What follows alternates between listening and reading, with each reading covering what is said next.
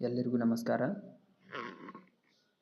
ಇವತ್ತು 6ನೇ ತರಗತಿಯ ಸಮಾಜ ವಿಜ್ಞಾನ ಪಾಠವಾದಂತಹ ಇತಿಹಾಸದ ಪರಿಚಯ ಅನ್ನುವಂಥ ಪಾಠದಿಂದ ಕೆಲವೊಂದು ಅಂಶಗಳನ್ನು ಕಲಿತಾ ಹೋಗೋಣ. ಈ ಅಧ್ಯಾಯವನ್ನು ಆರಂಭ ಮಾಡೋದಕ್ಕಿಂತ ಮುಂಚೆ ಆ ಅಧ್ಯಾಯದಿಂದ ನಾವು ಯಾವ ಯಾವ ಅಂಶಗಳನ್ನು ಕಲಿತೀವಿ ಅನ್ನೋದನ್ನು ಇಲ್ಲಿ ಒಂದು ಸಾರಿ ನೋಡ್ಕೊಂಡು ಹೋಗೋಣ. ಇಲ್ಲಿ ಮೊದಲನೆಯದಾಗಿ ಇತಿಹಾಸದ ಕಲ್ಪನೆಯನ್ನು ಮೂಡಿಸ್ಕೊಳ್ತೀವಿ. ಅದಾದ ನಂತರ ಇತಿಹಾಸದ ಮಹತ್ವವನ್ನು ಅರಿತುಕೊಳ್ತೀವಿ. ಕೊನೆಯದಾಗಿ ಇತಿಹಾಸದ ರಚನೆಯಲ್ಲಿ ಆಧಾರಗಳ ಪಾತ್ರಗಳನ್ನು ತಿಳಿದುಕೊಳ್ತಾ ಬರ್ತೀವಿ. ಹಾಗಾದರೆ ಈಗ ಪಾಠವನ್ನು ಆರಂಭ ಮಾಡ್ತಾ ಹೋಗೋಣ. ಇಲ್ಲಿ ನೀವು ನೋಡಬಹುದು, ಇತಿಹಾಸ ಎಂದರೆ ಏನು ಅನ್ನೋದನ್ನು ಮೊಟ್ಟ ಮೊದಲಿಗೆ ತಿಳಿತಾ ಹೋಗೋಣ. ಈ ಹಿಂದೆ ನಡೆದು ಹೋದ ಸಂಗತಿಗಳನ್ನು ಕ್ರಮಬದ್ಧವಾಗಿ ಅಧ್ಯಯನ ಮಾಡೋದಕ್ಕೆ ನಾವು ಇತಿಹಾಸ ಅಂತ ಹೇಳ್ತೀವಿ. ಆ ದಾರಿಯಲ್ಲಿ ಮಾನವನ ಸಫಲತೆಗಳು ಮತ್ತು ವಿಫಲತೆಗಳು ಏನಾಗಿರ್ತಾವಂದರೆ ವಿವರಿಸಲ್ಪಟ್ಟಿರುತ್ತವೆ. ಇತಿಹಾಸವು ಘಟನೆಗಳನ್ನು ವಿವರಿಸುವಾಗ ಕಾಲ, ಸ್ಥಳ, ವ್ಯಕ್ತಿಯ ಕುರಿತು ನಿರ್ದಿಷ್ಟವಾದಂಥ ಅಥವಾ ಖಚಿತವಾದಂಥ ಒಂದು ಮಾಹಿತಿಯನ್ನು ಕೊಡ್ತಾ ಹೋಗ್ತದೆ. ಆ ಮಾಹಿತಿಯಲ್ಲಿ ಖಚಿತತೆ ಮತ್ತು ನಿರ್ದಿಷ್ಟತೆ ಇರದೇ ಹೋದಲ್ಲಿ ಅದನ್ನು ನಾವು ಕತೆ ಅಂತ ಹೇಳ್ತಾ ಬರ್ತೀವಿ. ಅದನ್ನು ಇತಿಹಾಸ ಅನ್ನೋದಕ್ಕೆ ಆಗೋದಿಲ್ಲ. ಅಂದರೆ ಇಲ್ಲಿ ನೋಡಿ, ಆ ಘಟನೆಯು ಯಾವಾಗ ನಡೀತು, ಎಲ್ಲಿ ನಡೀತು ಮತ್ತು ಯಾರಿಂದ ನಡೀತು ಅನ್ನುವಂಥ ಒಂದು ಮಾಹಿತಿಯನ್ನು ಸ್ಪಷ್ಟವಾಗಿ ನೀಡಬೇಕದು. ಹಾಗಿದ್ದರೆ ಮಾತ್ರ ಅದನ್ನು ನಾವು ಇತಿಹಾಸ ಅಂತ ಹೇಳ್ತಾ ಹೋಗ್ತೀವಿ. ಇಲ್ಲಿ ನೀವು ಒಂದು ಮುಖ್ಯವಾದಂಥ ಸಂಗತಿಯನ್ನು ನೋಡಬೇಕಿಲ್ಲಿ. ಅದೇನೆಂದರೆ ಹೆರೋಡೋಟಸ್. ಈ ಹೆರೋಡೋಟಸ್ ಅನ್ನುವಂಥ ಒಬ್ಬ ಗ್ರೀಕ್ ತತ್ವಜ್ಞಾನಿ. ಇವರನ್ನು ನಾವು ಇತಿಹಾಸದ ಪಿತಾಮಹ ಅಂತ ಹೇಳಿ ಕರಿತೀವಿ. ಇದು ಅತ್ಯಂತ ಮುಖ್ಯವಾದಂಥ ಒಂದು ಅಂಶ. ಹಾಗಾದರೆ ಇಲ್ಲಿ ನೋಡಿ, ಅತಿ ಅಮೂಲ್ಯವಾದ ಇತಿಹಾಸವನ್ನು ಹೇಗೆ ರಚಿಸಬೇಕು ಅನ್ನುವಂಥದ್ದನ್ನು ಹೇಳಿಕೊಟ್ಟವರು ನಮ್ಮ ಗ್ರೀಕ್ ತತ್ವಜ್ಞಾನಿಯಾದಂತಹ ಹೆರೋಡೋಟಸ್. ಹಾಗಾಗಿ ಅವರ ಅಮೂಲ್ಯವಾದಂಥ ಕೊಡುಗೆಯನ್ನು ನೋಡಿ ಅವರನ್ನು ಇತಿಹಾಸದ ಪಿತಾಮಹ ಅಂತ ಹೇಳಿ ಕರೀತಾ ಹೋಗ್ತಾರೆ. ಇಲ್ಲಿ ನೀವು ಮುಖ್ಯವಾದಂಥ ಅಂಶವನ್ನು ನೋಡ್ತಾ ಬರಬೇಕಾಗ್ತದೆ. ತದನಂತರದಲ್ಲಿ ಆಧಾರಗಳು. ಈ ಆಧಾರಗಳು ಅಂದರೆ ಏನು, ಆಧಾರಗಳು ಎಷ್ಟು ಮುಖ್ಯ ಅನ್ನುವಂಥ ಎಲ್ಲ ವಿಚಾರಗಳನ್ನು ಇಲ್ಲಿ ನೋಡ್ತಾ ಬರೋಣ. ಇತಿಹಾಸಕಾರರು ಇತಿಹಾಸವನ್ನು ನಿರ್ದಿಷ್ಟವಾಗಿ ಮತ್ತು ಖಚಿತವಾಗಿ ಹೇಳಲು ಕೆಲವೊಂದು ಸಾಕ್ಷ್ಯಾಧಾರಗಳನ್ನು ಬಳಸ್ಕೊಳ್ತಾರೆ. ಆ ಸಾಕ್ಷ್ಯಾಧಾರಗಳನ್ನೇ ಇಲ್ಲಿ ಆಧಾರಗಳು ಅಂತ ಹೇಳಲಾಗ್ತದೆ. ಈ ಆಧಾರಗಳಿಲ್ಲದೆ ಇತಿಹಾಸವಿಲ್ಲ ಅನ್ನುವಂಥದ್ದು ನಮಗೆ ಗೊತ್ತಾಗಬೇಕಾಗ್ತದೆ. ಆಧಾರಗಳಲ್ಲಿ 2 ವಿಧಗಳನ್ನು ನಾವು ನೋಡ್ತಾ ಬರ್ತೀವಿ. ಅವುಗಳಲ್ಲಿ ಮೊದಲನೆಯದ್ದು ಸಾಹಿತ್ಯ ಆಧಾರಗಳು, ಎರಡನೆಯದ್ದು ಪುರಾತತ್ವ ಆಧಾರಗಳು. ಹಾಗಿದ್ದರೆ ಈಗ ನೋಡ್ತಾ ಬರೋಣ, ಸಾಹಿತ್ಯ ಆಧಾರಗಳು ಅಂದರೆ ಏನು ಮತ್ತು ಪುರಾತತ್ವ ಆಧಾರಗಳು ಅಂದರೆ ಏನು ಅಂತ ಹೇಳಿ. ಇಲ್ಲಿ ನೋಡಿ, ಸಾಹಿತ್ಯ ಆಧಾರಗಳು. ಈ ಸಾಹಿತ್ಯ ಆಧಾರಗಳು ಅಂದರೆ ಬರವಣಿಗೆಯ ರೂಪದಲ್ಲಿ ಅಥವಾ ಮಾತುಗಳ ರೂಪದಲ್ಲಿ ಲಭ್ಯವಿರುವಂತಹ ಆಧಾರಗಳ ರೂಪವನ್ನು ಸಾಹಿತ್ಯ ಆಧಾರಗಳು ಅಂತ ಹೇಳ್ತಾ ಬರ್ತೀವಿ. ಇಲ್ಲಿ ನೀವು ನೋಡಬಹುದು, ಸಾಹಿತ್ಯ ಆಧಾರಗಳಲ್ಲಿ ಮತ್ತೆರಡು ವಿಧಗಳನ್ನು ನಾವು ನೋಡ್ತೀವಿ. ಅದು ಯಾವುದಂದರೆ, ಮೊದಲನೆಯದ್ದು ಲಿಖಿತ ಸಾಹಿತ್ಯ, ಎರಡನೆಯದ್ದು ಮೌಖಿಕ ಸಾಹಿತ್ಯ. ಲಿಖಿತ ಸಾಹಿತ್ಯ ಮತ್ತು ಮೌಖಿಕ ಸಾಹಿತ್ಯ. ಏನಿದು ಲಿಖಿತ ಸಾಹಿತ್ಯ ಅಂದರೆ, ಮೌಖಿಕ ಸಾಹಿತ್ಯ ಅಂದರೆ ಏನು ಅನ್ನೋದನ್ನು ಇಲ್ಲಿ ತಿಳಿತಾ ಬರೋಣ. ಲಿಖಿತ ಸಾಹಿತ್ಯ ಅಂದರೆ ಕೈಯಿಂದ ಬರೆಯಲ್ಪಟ್ಟ ಸಾಹಿತ್ಯ. ಮೌಖಿಕ ಸಾಹಿತ್ಯ ಅಂದರೆ ಬಾಯಿಂದ ಬಾಯಿಗೆ ಹರಿದು ಬಂದಂಥ ಒಂದು ಸಾಹಿತ್ಯದ ಪ್ರಕಾರ. ಉದಾಹರಣೆ ಹೇಳಬೇಕಾದ್ರೆ ಇಲ್ಲಿ ನೋಡ್ತಾ ಹೋಗೋಣ. ಲಿಖಿತ ಸಾಹಿತ್ಯ ಅನ್ನುವಂಥದ್ದು ನಾವು ಅಂದರೆ ನಮ್ಮ ಪೂರ್ವಜರು ಕೈಯಿಂದ ಬರೆದಂತಹ ಒಂದು ಸಾಹಿತ್ಯದ ರೂಪ. ಉದಾಹರಣೆಗೆ ವಿಶಾಖದತ್ತ ಬರೆದಂತಹ ಮುದ್ರಾ ರಾಕ್ಷಸ ಆಗಿರಬಹುದು, ಕಲ್ಹಣ ಬರೆದಂತಹ ರಾಜತರಂಗಿಣಿ ಆಗಿರಬಹುದು. ಇದು ಲಿಖಿತ ಸಾಹಿತ್ಯಕ್ಕೆ ಒಂದು ಉದಾಹರಣೆ. ಮುಂದುವರೆದು ನೋಡ್ತಾ ಹೋದಂತೆ ಲಿಖಿತ ಸಾಹಿತ್ಯವನ್ನು 2 ಪ್ರಕಾರಗಳಾಗಿ ವಿಭಾಗಿಸ್ತಾ ಹೋಗ್ತೀವಿ.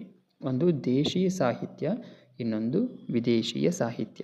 ಏನಿದು ದೇಶೀಯ ಸಾಹಿತ್ಯ ಅಂದರೆ, ಭಾರತೀಯರಾದಂತಹ ಕೆಲವು ಕವಿಗಳು ಬರೆದಂತಹ ಸಾಹಿತ್ಯವನ್ನು ದೇಶಿ ಸಾಹಿತ್ಯ ಅಂತ ಹೇಳ್ತೇವೆ. ವಿದೇಶಿ ಸಾಹಿತ್ಯ ಅಂದರೆ ಏನು?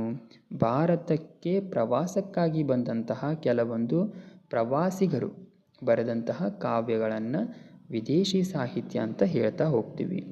ದೇಶಿ ಸಾಹಿತ್ಯಕ್ಕೆ ವಿಶಾಖದತ್ತನ ಮುದ್ರಾ ರಾಕ್ಷಸ, ಕಲ್ಹಣನ ರಾಜತರಂಗಿಣಿ ಉದಾಹರಣೆಗಳಾದರೆ, ವಿದೇಶಿ ಸಾಹಿತ್ಯಕ್ಕೆ ಹ್ಯುಯೆನ್ತ್ಸಾಂಗ್ನ ಸಿಯುಕಿ, ಈ ರೀತಿಯಾದಂಥ ಕೆಲವೊಂದು ಉದಾಹರಣೆಗಳನ್ನು ಇಲ್ಲಿ ನಾವು ಕೊಡ್ತಾ ಹೋಗಬಹುದು. ಇನ್ನು ನಂತರದ ಸಾಹಿತ್ಯದ ಮತ್ತೊಂದು ವಿಧವಾದಂಥ ಮೌಖಿಕ ಸಾಹಿತ್ಯವನ್ನು ನೋಡ್ತಾ ಬರೋಣ. ಮೌಖಿಕ ಸಾಹಿತ್ಯ ಅಂತಂದರೆ ನಮಗೆ ಗೊತ್ತೇ ಇದೆ, ಲಾವಣಿಗಳು, ಜಾನಪದ ಕಥೆಗಳು, ಜಾನಪದ ಗೀತೆಗಳು, ಐತಿಹ್ಯಗಳು ಇವೆಲ್ಲ ಮೌಖಿಕ ಸಾಹಿತ್ಯದ ಒಂದು ಭಾಗವಾಗಿದೆ ಅಂತಲೇ ಹೇಳಬಹುದು. ಈಗ ಪುರಾತತ್ವ ಆಧಾರಗಳ ಬಗ್ಗೆ ನಾವು ಅಧ್ಯಯನವನ್ನು ಮಾಡ್ತಾ ಹೋಗೋಣ. ಪುರಾತತ್ವ ಆಧಾರಗಳು ಅಂದರೆ ನಮ್ಮ ಪೂರ್ವಜರು ನಿರ್ಮಿಸಿ ಬಳಸಿ ಬಿಟ್ಟು ಹೋದಂತಹ ಭೌತಿಕ ವಸ್ತುಗಳ ಅವಶೇಷಗಳನ್ನು ನಾವು ಪುರಾತತ್ವ ಆಧಾರಗಳು ಅಂತ ಹೇಳ್ತಾ ಬರ್ತೀವಿ. ಉದಾಹರಣೆಗೆ ಬಳಸಿಬಿಟ್ಟಂಥ ಮಡಕೆಗಳಾಗಿರಬಹುದು, ಬಳಸಿಬಿಟ್ಟಂತಹ ಕೆಲವೊಂದು ಆಯುಧಗಳಾಗಿರಬಹುದು, ಅವರ ಕೋಟೆ, ಕೊತ್ತಲೆಗಳು, ಮನೆಗಳು, ಇವುಗಳನ್ನೆಲ್ಲ ನಾವು ಪುರಾತತ್ವ ಆಧಾರಗಳು ಅಂತ ಹೇಳ್ತಾ ಬರ್ತೀವಿ. ಹೌದಾ? ಇಲ್ಲಿ ನಾವು ಅವರು ಬಳಸಿಬಿಟ್ಟಂತಹ ವಸ್ತುಗಳನ್ನು ನಾವು ಪುರಾತತ್ವ ಆಧಾರಗಳು ಅಂತ ಹೇಳ್ತೀವಿ.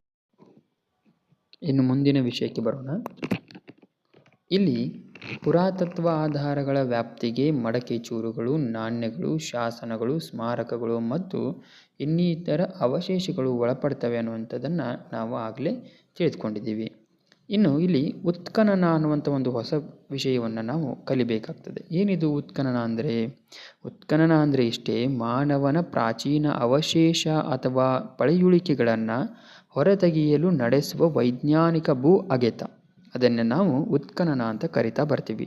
ಇಲ್ಲಿ ಬ್ರಷ್, ಕರಣಿ, ಚಾಕು, ಮರದ ಡಬ್ಬದಂತಹ ಕೆಲವೊಂದು ಚೂಪಾದ ಸಾಧನಗಳನ್ನು ಬಳಸಿಕೊಳ್ಳಲಾಗ್ತದೆ. ಅವುಗಳನ್ನು ಬಳಸಿಕೊಂಡು ನಿಧಾನವಾಗಿ ಮಣ್ಣಿನ ಪದರಗಳನ್ನು ಸರಿಸ್ತಾ ಆ ಮಣ್ಣಿನಲ್ಲಿ ಸಿಲುಕಿಕೊಂಡಂತಹ ಕೆಲವೊಂದು ಮಡಕೆಯ ಚೂರುಗಳನ್ನು, ನಾಣ್ಯಗಳನ್ನು, ಮಣಿ, ಎಲುಬು ಮುಂತಾದ ವಸ್ತುಗಳನ್ನು ಹೊರತೆಗೆದು ಅವುಗಳನ್ನು ಅಧ್ಯಯನಕ್ಕೆ ಬಳಸಿಕೊಳ್ಳಲಾಗ್ತದೆ. ಇದು ಉತ್ಖನನ. ಅರ್ಥ ಆಯಿತು ಅಂದ್ಕೊಳ್ತಾ ಮುಂದೆ ಹೋಗ್ತಾ ಇದ್ದೀನಿ. ಈಗ ಯುರೋಪಿಯನ್ನರು ಪರಿಚಯಿಸಿದ ಭಾರತ ಅನ್ನುವಂಥ ಒಂದು ವಿಷಯವನ್ನು ನಾವು ಅಧ್ಯಯನ ಮಾಡಬೇಕಾಗ್ತದೆ. ಇಲ್ಲಿ ಭಾರತೀಯರಿಗೆ ಇತಿಹಾಸ ಒಂದು ಪುರಾಣದ ರೂಪದಲ್ಲಿ ಪರಿಚಯ ಇತ್ತು ಅನ್ನುವಂಥದ್ದನ್ನು ನಾವು ತಿಳಿದುಕೊಳ್ತಾ ಬರಬೇಕಾಗ್ತದೆ. 16ನೇ ಶತಮಾನದ ನಂತರ ಭಾರತಕ್ಕೆ ಬಂದಂತಹ ಯುರೋಪಿಯನ್ನರಲ್ಲಿ ಕೆಲವರು ಜೇಸ್ಯೂಟ್ ಪಾದ್ರಿಗಳು ಅನ್ನುವಂಥವರು ಈ ಇತಿಹಾಸವನ್ನು ಹೇಗೆ ವ್ಯವಸ್ಥಿತವಾಗಿ ಅಧ್ಯಯನ ಮಾಡಬೇಕು ಅನ್ನೋದನ್ನು ಭಾರತೀಯರಿಗೆ ತಿಳಿಸಿಕೊಟ್ರು ಅನ್ನುವಂಥದ್ದನ್ನು ನಾವು ಇತಿಹಾಸದ ಪುಟಗಳಲ್ಲಿ ಕಾಣ್ತಾ ಬರ್ತೀವಿ. ಇಲ್ಲಿ ನೀವು ನೋಡ್ತಾ ಬರಬೇಕು, ಜೇಸ್ಯೂಟ್ ಪಾದ್ರಿಗಳಲ್ಲಿ ಒಬ್ಬರಾದಂತಹ ಆಗ್ರಾದಲ್ಲಿ ನೆಲೆಸಿದ್ದ ಹೈನ್ರಿಚ್ ರೋತ್ ಎಂಬಾತವನು ಇಂದಿಗೆ 350 ವರ್ಷಗಳ ಹಿಂದೆ ಸಂಸ್ಕೃತ ವ್ಯಾಕರಣವನ್ನು ಮೊದಲ ಬಾರಿಗೆ ಲ್ಯಾಟಿನ್ ಭಾಷೆಯಲ್ಲಿ ಬರೆದವರು. ಆದ್ದರಿಂದ ಬ್ರಿಟಿಷ್ ಅಧಿಕಾರಿಗಳು ಭಾರತೀಯರೊಂದಿಗೆ ವ್ಯವಹರಿಸುವ ಸಲುವಾಗಿ ಭಾರತೀಯರ ಇತಿಹಾಸ, ಸಂಪ್ರದಾಯ, ಆಚಾರ, ವಿಚಾರ, ನಂಬಿಕೆ, ಕಾನೂನುಗಳನ್ನು ಅರ್ಥ ಮಾಡಿಕೊಳ್ಳಲು ಮುಂದಾಗ್ತಾರೆ.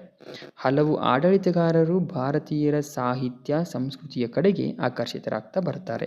ಅದರ ಪರಿಣಾಮವಾಗಿಯೇ ಅವರು ಭಾರತದ ಕೆಲವೊಂದು ಮುಖ್ಯ ಗ್ರಂಥಗಳನ್ನು ಅಧ್ಯಯನ ಮಾಡ್ತಾ ಬರ್ತಾರೆ. ಅವುಗಳಲ್ಲಿ ಮಹಾಭಾರತ, ರಾಮಾಯಣಗಳು ಕೂಡ ಒಂದು.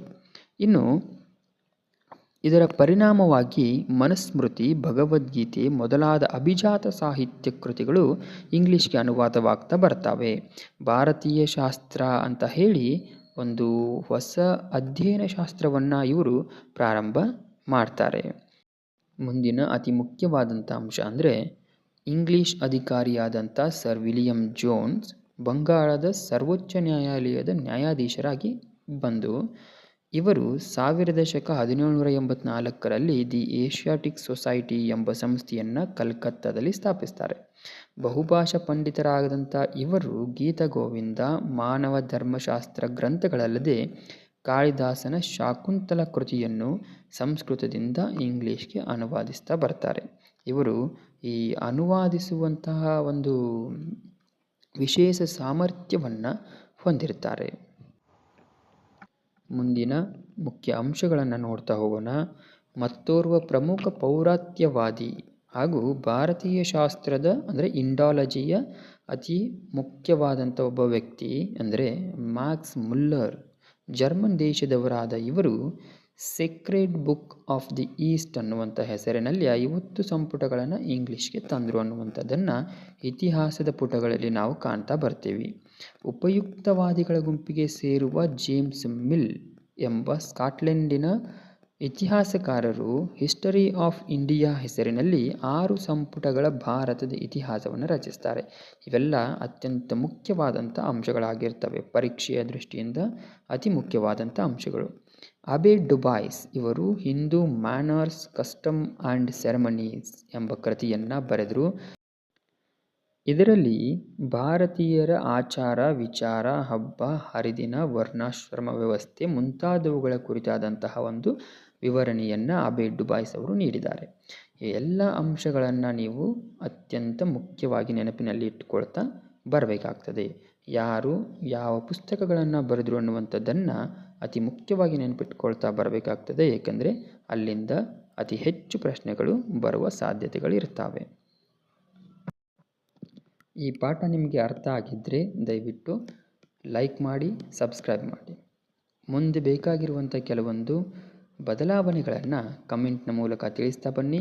ಮುಂದಿನ ಒಂದು ವಿಡಿಯೋನಲ್ಲಿ ನನಗೆ ಏನು ಮಾಡಬೇಕು, ಯಾವ ಯಾವ ಬದಲಾವಣೆಗಳನ್ನು ನಾನು ಮಾಡಿಕೊಳ್ಬೇಕು ಅನ್ನುವಂಥದ್ದನ್ನು ನಾನು ನಿಮ್ಮ ಕಮೆಂಟ್ ಮೂಲಕ ಕಂಡುಕೊಳ್ತಾ ಬರ್ತೀನಿ.